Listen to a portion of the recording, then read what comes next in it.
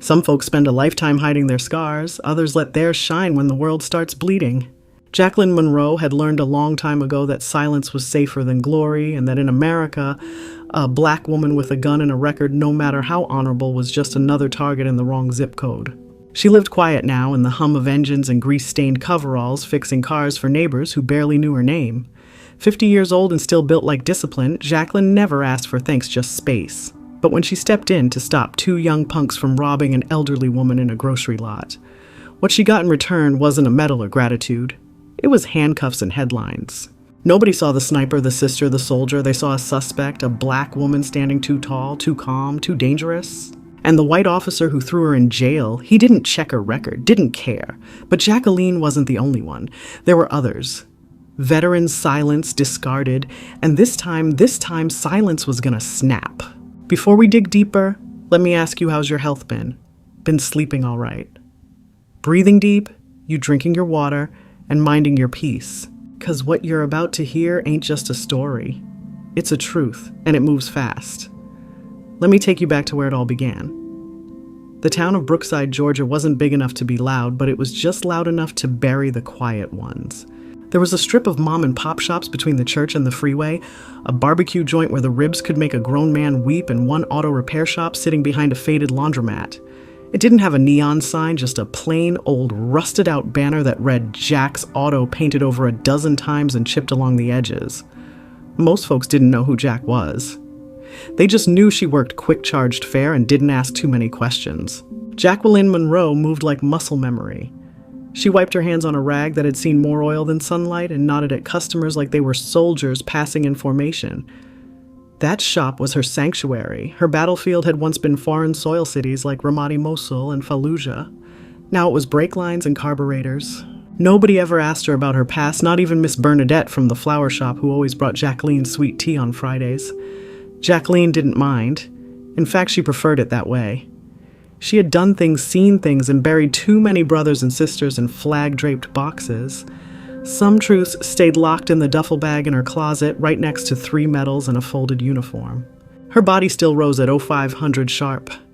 Even in civilian life, that rhythm never left her. She'd make her bed military tight, lace her boots, and jog 2 miles before dawn. When the world was still soft and blue, Jacqueline was already on her second coffee, scanning the horizon like the enemy might show up in suburban Georgia. The town, though peaceful on the surface, had currents beneath. Police cruisers took long loops through black neighborhoods. Construction sites popped up without warning, and folks whispered that Ledford and Associates had their fingers in more pies than the mayor's office liked to admit. Veterans at the VFW talked about strange dismissals guys with spotless records getting booted from jobs with no explanation. It didn't feel right, but nobody had proof. Still, Jacqueline kept her head down. She kept her circle small.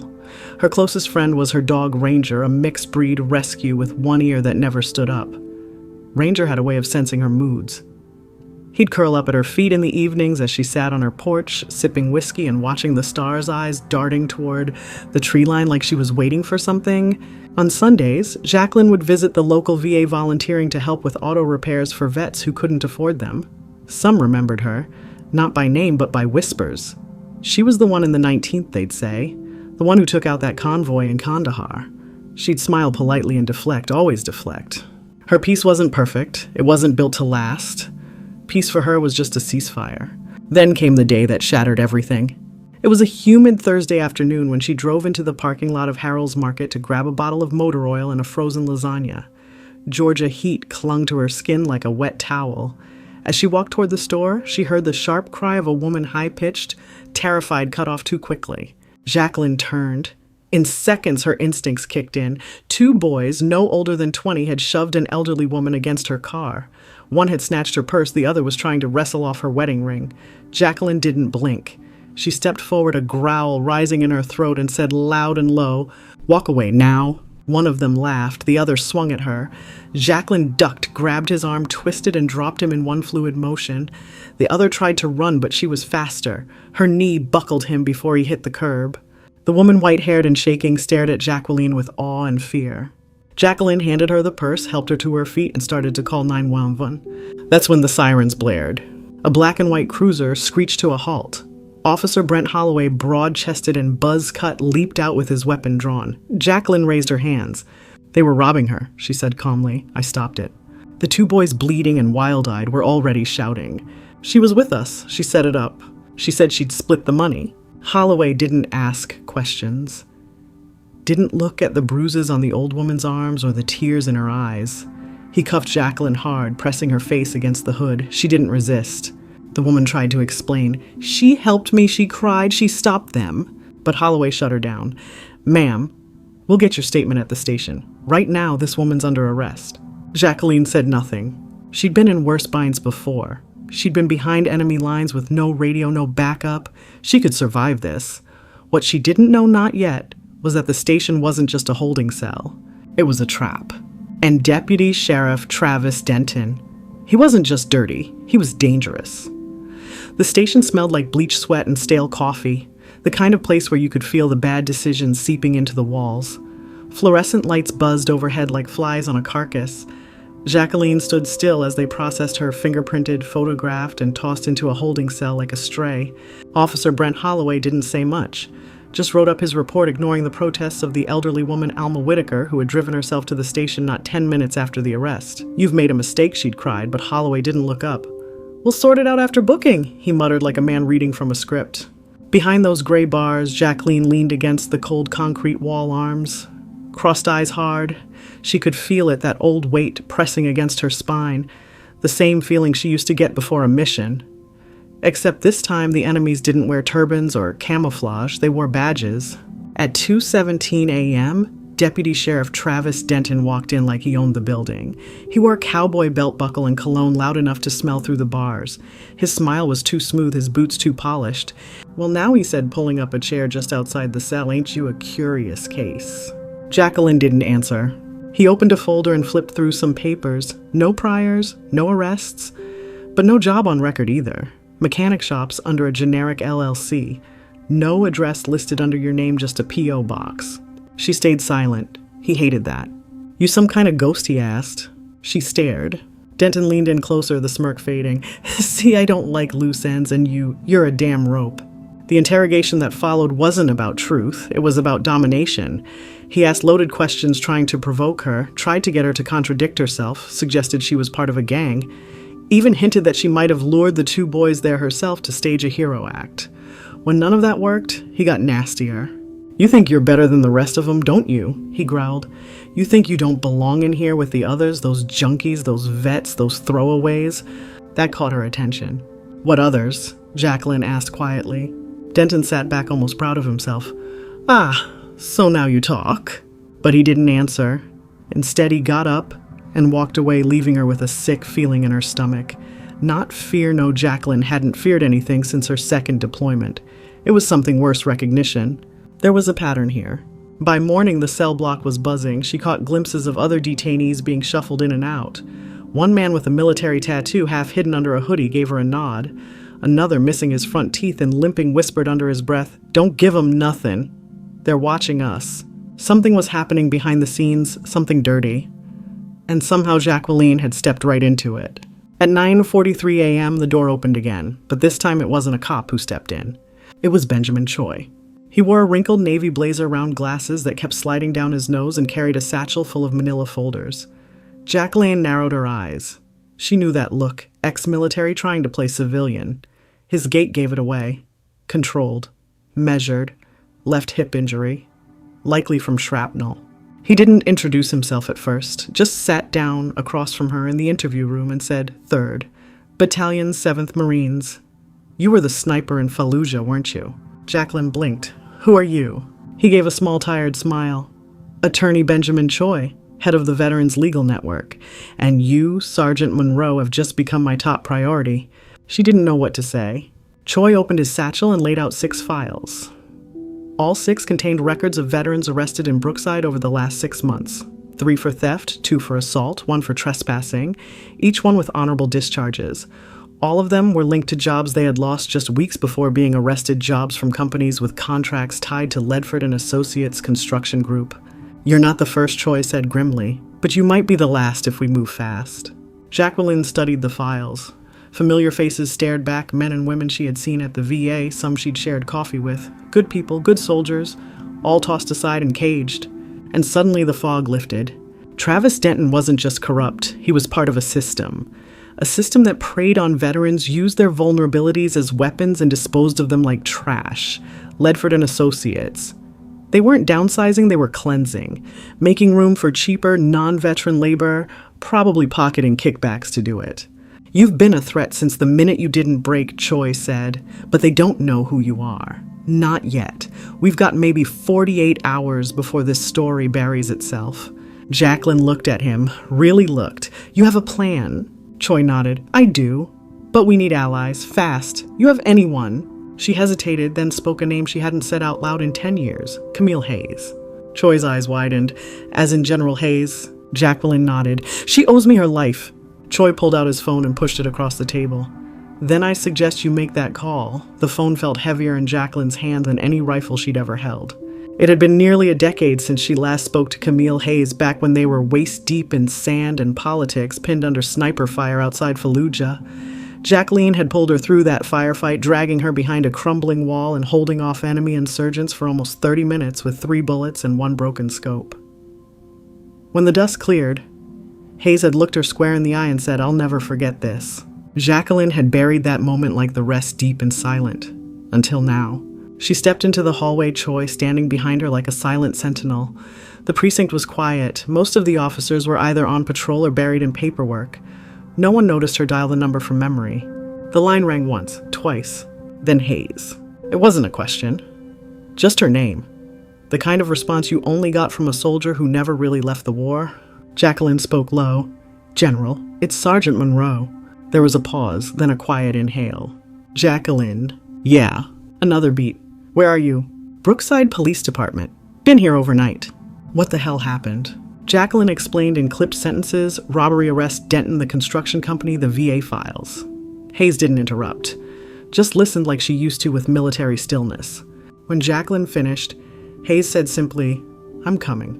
Hold the line." The call ended. Jacqueline handed the phone back to Choi, her voice steadier than it had been in hours. "We just declared war." At 4:35 p.m., Alma Whitaker returned. She wasn't alone this time. Her granddaughter, Shari Whitaker, head of municipal compliance at Brookside City Hall, walked beside her briefcase in hand and fire in her eyes. Alma pushed through the lobby with the force of a matriarch who had raised 4 children on faith and fury. She slammed her hands on the front desk. "I want to see the woman you arrested. Now. The one who saved me." The young deputy blinked. "Ma'am, I said now," Shari added, flashing her city ID, "or I'll have the mayor's office down here in 10 minutes with a PR nightmare." They were escorted to the back. Jacqueline stood up the moment she saw Alma. The older woman rushed to her hands, trembling. "I told them, baby," Alma said. "I told them you didn't do anything wrong." "I know you did," Jacqueline whispered. Shari, no stranger to government dirt, wasted no time. "We've had whispers about Ledford and Associates. Discrimination complaints, union interference, hush money to keep it all quiet.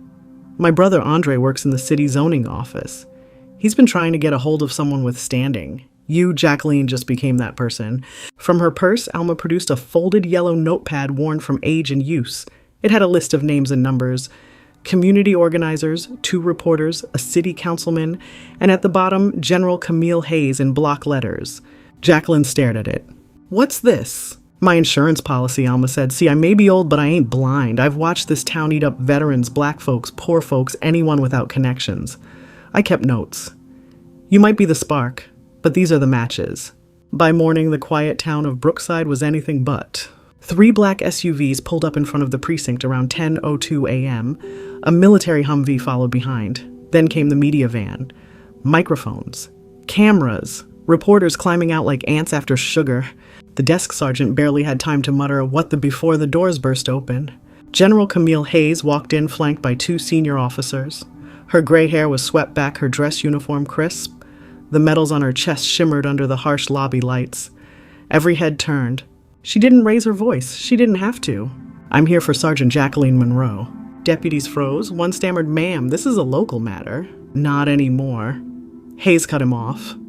"Sergeant Monroe served 3 combat tours. Silver Star, Purple Heart, Medal of Honor. You arrested her on a baseless claim without checking her background, held her without counsel, and denied her phone privileges." That's not just a local matter, that's a violation of federal protections for decorated combat veterans. Brent Holloway appeared from the hallway, confused. What the hell is this? Hayes didn't even look at him. She turned to the cameras. This woman is a war hero, and this station under Deputy Sheriff Travis Denton has been targeting veterans for private profit. That ends today. Jacqueline stepped into the lobby in her mechanic's coveralls, grease still under her fingernails. Her face unreadable, strong, silent.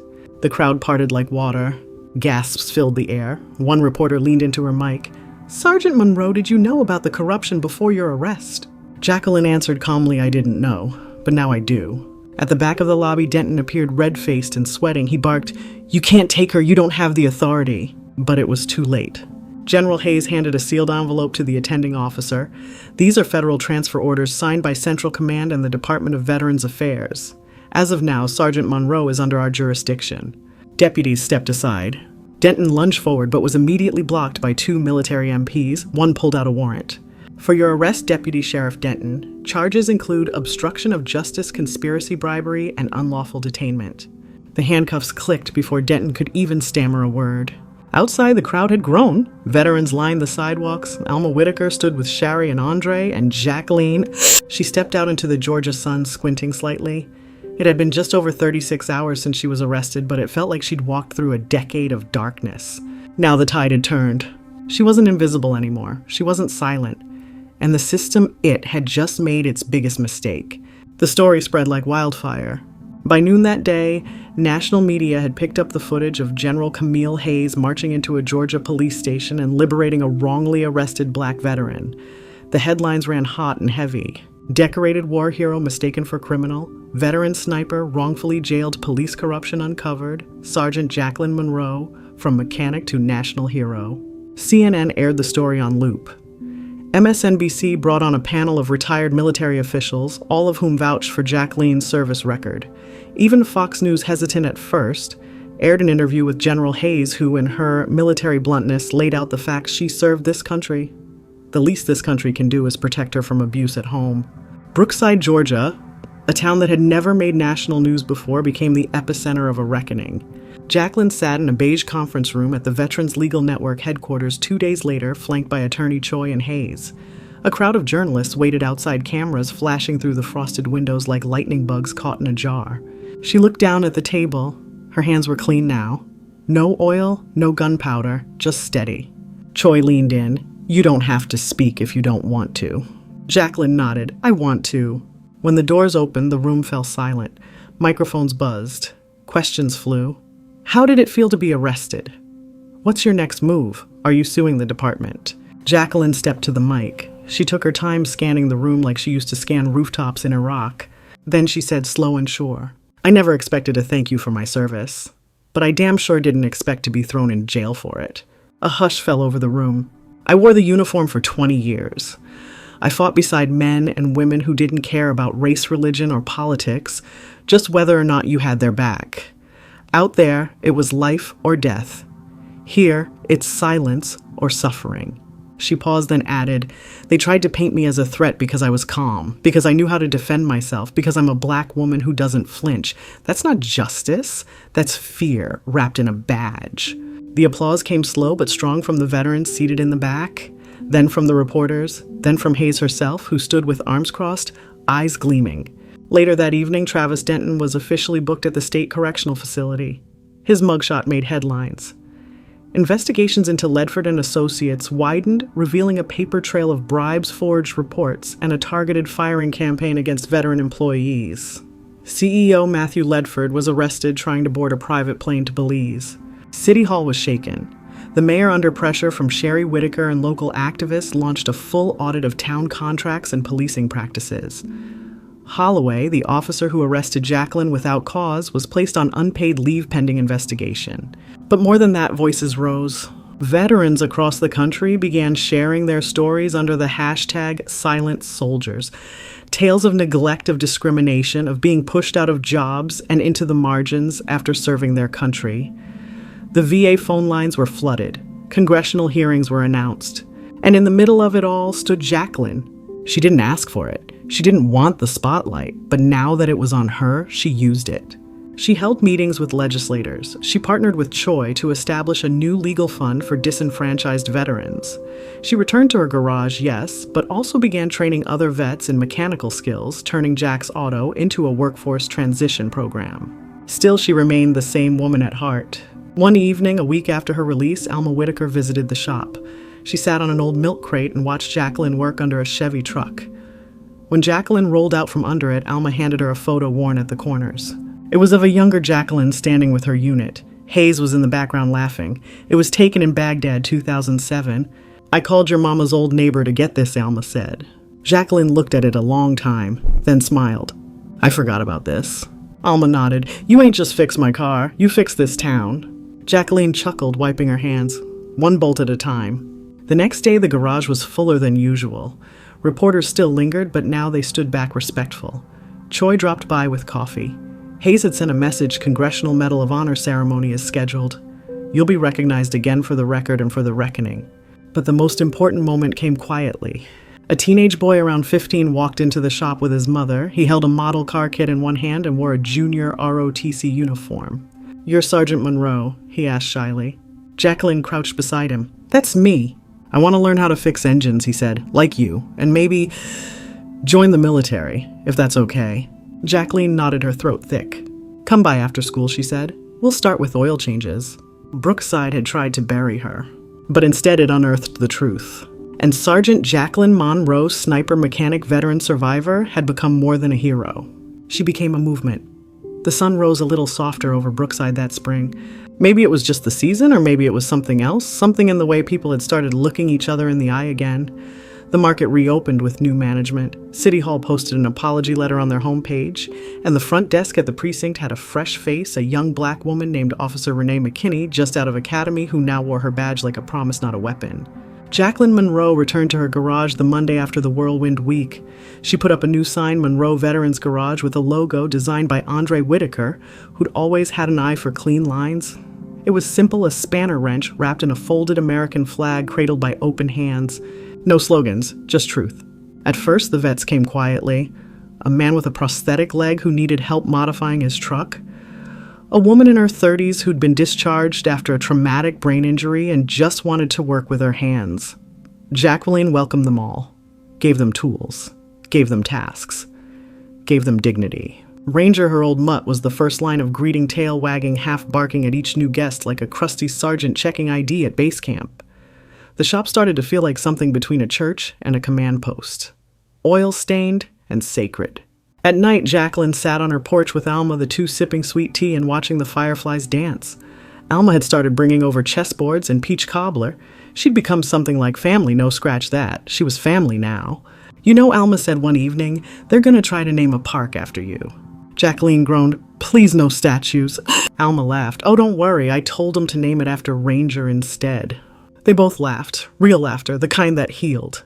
Across town, the fallout continued to ripple. Sherry Whitaker had become a fixture at town hall meetings. Her calm but relentless questioning of zoning contracts and budget allocations led to a wave of resignations. She was already being eyed for a city council seat, and though she hadn't said yes yet, Jacqueline had no doubt it was coming. Attorney Choi returned to Atlanta but kept a standing weekly call with Jacqueline.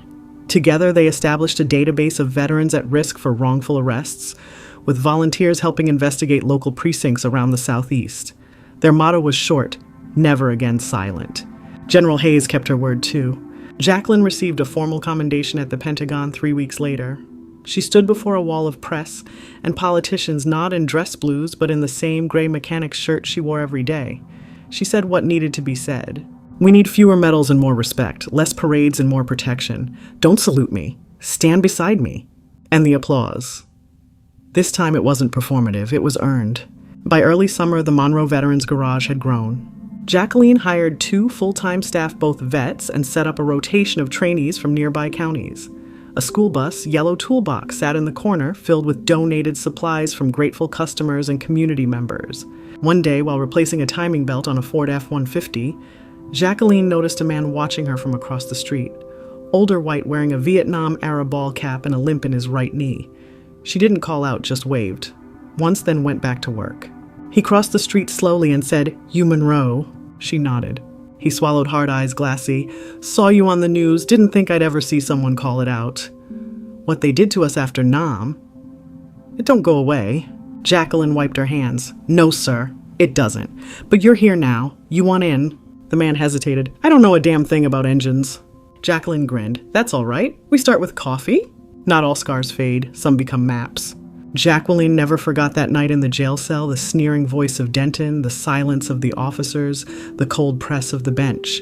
But she also remembered the moment she stepped outside, the moment she saw the veterans, the reporters, the cameras, and realized she wasn't alone. She carried it all with her, in her spine, in her stillness, in the way she taught the young ones how to turn a bolt and watch for patterns. Because injustice, like a misfiring engine, always starts with a knock, a vibration, a warning.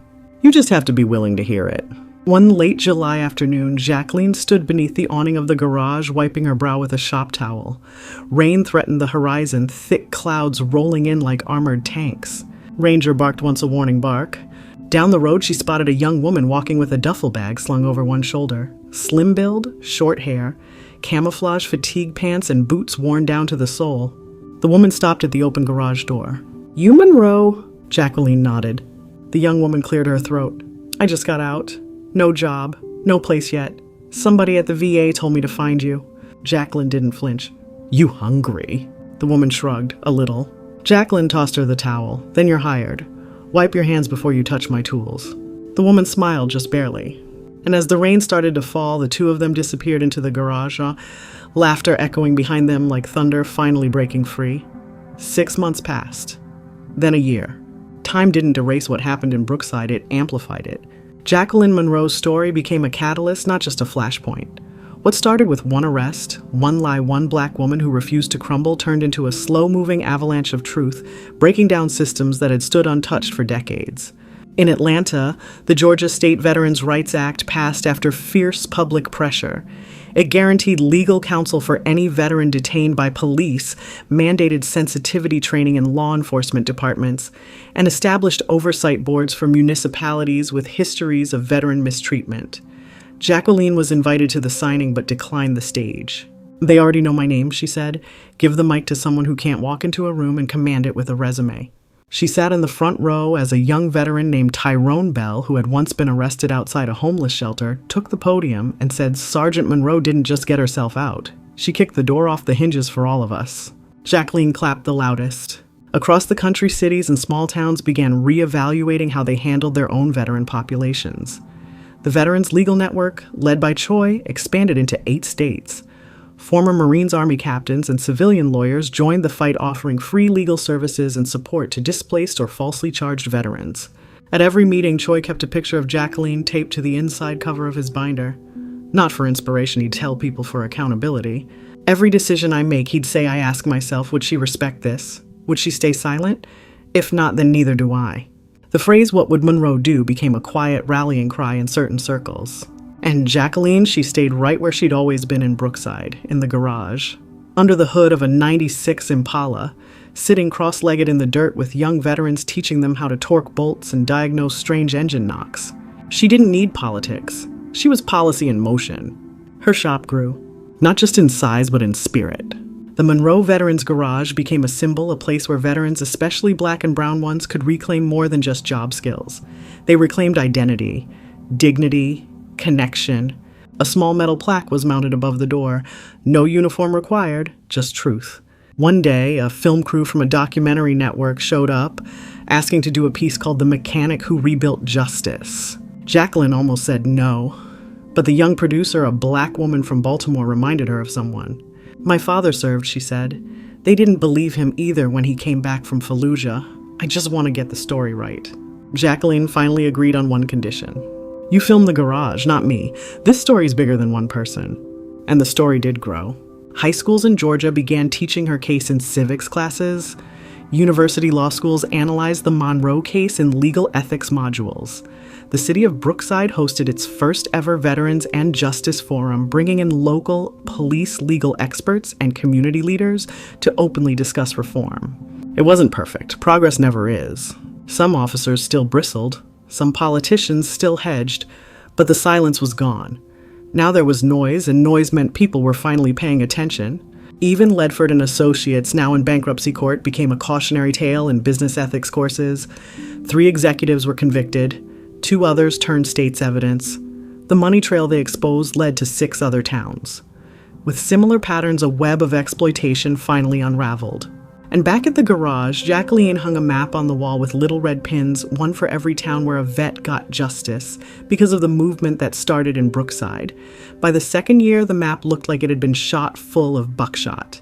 In the fall of the 2nd year, Alma passed away peacefully in her sleep. The whole town showed up to her funeral. Shari gave the eulogy, and Jacqueline Strong, still dressed in a pressed navy blue suit, stood at the edge of the churchyard under a magnolia tree. She didn't cry that day. But when she got home, she pulled out the yellowed notepad Alma had handed her. In that police station, the one filled with names and numbers scrawled in tight cursive.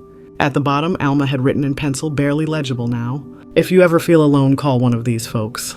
But always remember you're never alone."